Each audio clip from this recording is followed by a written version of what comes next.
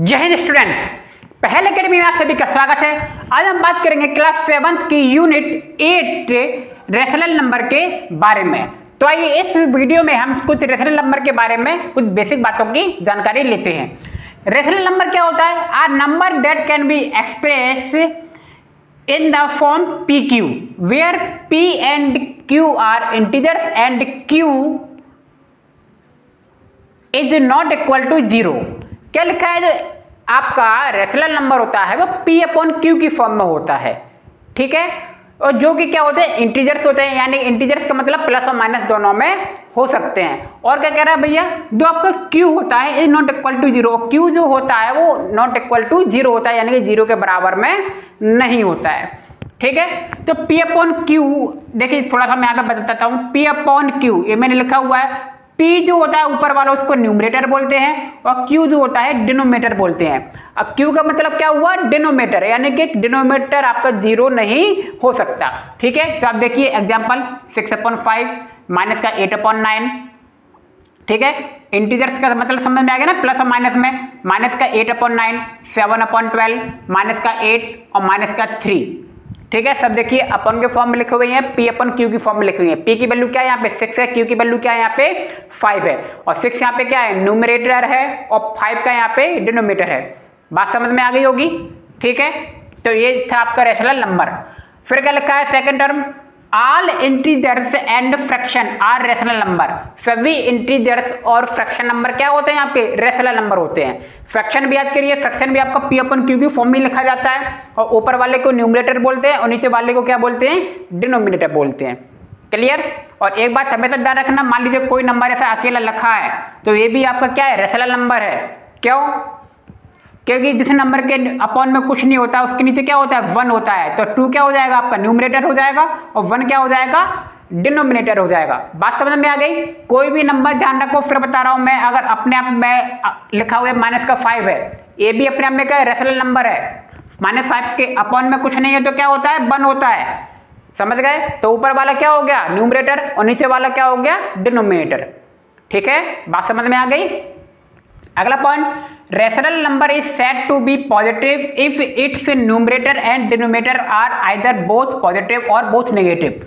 कह रहा है भैया जो आपके रेशनल नंबर होते हैं वो पॉजिटिव कब होंगे?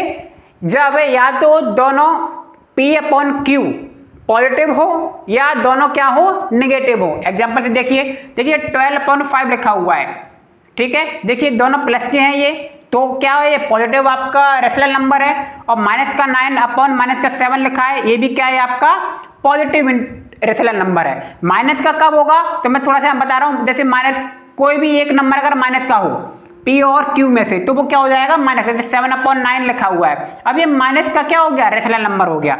और ये लिखा हुआ है 4 अपॉन माइनस का 8, ये भी क्या हो गया? माइनस का रेशनल नंबर हो गया, यानी कि नेगेटिव। समझ में आ गई बात? तो पॉजिटिव के लिए शर्त क्या है? दोनों पॉजिटिव साइन हो या दोनों नेगेटिव साइन हो। और नेगेटिव के लिए क्या शर्त है? दोनों में से कोई भी एक नंबर क्या हो? नेगेटिव हो, ठीक है। तो वो क्या कहलाएगा? नेगेटिव रेशनल नंबर कहलाएगा। अब आइए स्टैंडर्ड फॉर्म क्या होती है भैया? रेशनल नंबर की स्टैंडर्ड फॉर्म क्या होती है? तो देखिए rational number is said to be standard form if it denominator is a positive integers, ठीक है। रेशनल नंबर की स्टैंडर्ड फॉर्म क्या होती है? वो कह रहा है भैया जो आपका डिनोमिनेटर होगा वो पॉजिटिव होना चाहिए, यानी कि डिनोमिनेटर नेगेटिव नहीं होना चाहिए। Standard form. फिर क्या कह रहा है? Also and numerator and denominator have no common factor.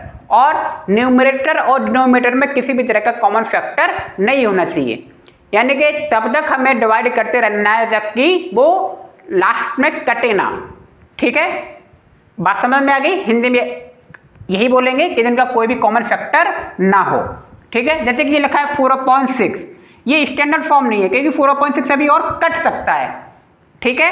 तो जब और काट देंगे तो आ जाएगा 2/3। अब 2/3 देख रहे हो, ये स्टैंडर्ड फॉर्म हो गई किसकी? रेशनल नंबर की, क्योंकि 2/3 को अब आप और नहीं काट सकते। और देखिए डिनोमिनेटर भी क्या है? माइनस में नहीं है, पॉजिटिव में है। तो दोनों शर्तें लागू हो रही हैं कि नहीं हो रही है? बात समझ में आ गई होगी अब तो। अब आइए अगला पॉइंट क्या कह रहा है? Infinite rational numbers between any two rational number, यानी कि दो रेशनल नंबर्स के बीच में इनफाइनाइट रेशनल नंबर्स होते हैं।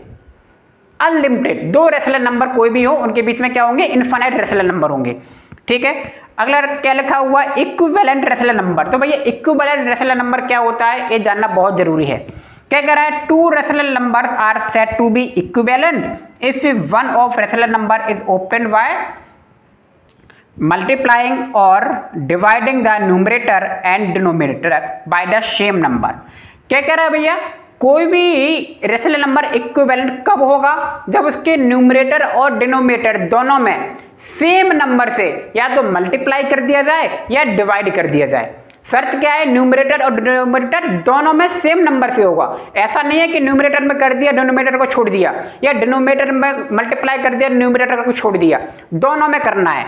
ठीक है, तो एग्जाम्पल समझ लीजिए 5/4 लिखा हुआ है, ठीक है, ऊपर का न्यूमरेटर नीचे का डिनोमिनेटर। देखिए मैं 3 का मल्टीप्लाई जब मैं करूंगा तो ये दोनों में होगा, ऐसा नहीं है कि एक में कर दिया एक में छोड़ दिया। और आंसर क्या है आपका 15/12 आएगा ना, और 15/12 आप जानते हो 5/4 के इक्वल में होगा। जब आप 3 से इसको डिवाइड करोगे तो यही मिलेगा। ठीक है, ये मल्टीप्लाई करके आया है, आप चाहो तो इसे डिवाइड करके भी कर सकते हो, जैसे कि 15/12 लिखा हुआ है, मैं इसे डिवाइड करके कर सकता हूँ कि नहीं, और डिवाइड दोनों से होना चाहिए। देखिए 3 से मैं करूंगा क्योंकि 3 के टेबल में दोनों आते हैं, तो क्या आएगा ये 5/4। तो 15/12 का 5/4 दोनों सेम है कि नहीं, तो आप इस तरीके से इसको कर सकते हैं इक्विवेलेंट फ्रैक्शन को। ठीक है, तो उम्मीद है आपको सवाल और वीडियो दोनों समझ में आ गए होंगे। तो मिलते हैं नेक्स्ट वीडियो में, आप सभी का बहुत बहुत धन्यवाद, थैंक यू।